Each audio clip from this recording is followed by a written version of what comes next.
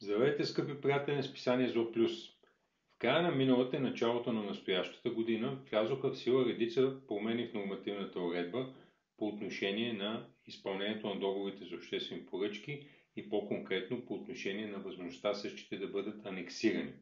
За първи път националното законодателство по отношение на публичните възложители беше предвидена една самостоятелна и специална норма, съгласно която независимо от евентуалните промени на договори за обществени поръчки, свързани с непредвидени обстоятелства, възложителите имат възможност при налично финансиране да индексират договори за обществена поръчка, независимо от другите изменения в същия с до 50% въз основа на настъпили инфлационни процеси.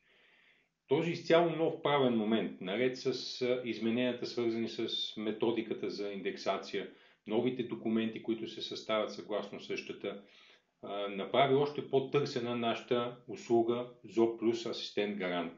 Въз основа на нея ние предлагаме на нашите клиенти един пълен анализ, така че те да имат една разумна увереност, че са постигнати целите и задачите пред евентуалното изпълнение на договор за обществена поръчка и евентуалната промяна на същия, така че от една страна да бъде защитен обществения интерес, от друга страна да бъдат постигнато изпълнението на съответните дейности по обществената поръчка и разбира се да не бъде ограничен интереса и на изпълнителя на обществената поръчка. За повече информация заповядайте на нашия сайт и потърсете нашата услуга ЗО плюс асистент гарант.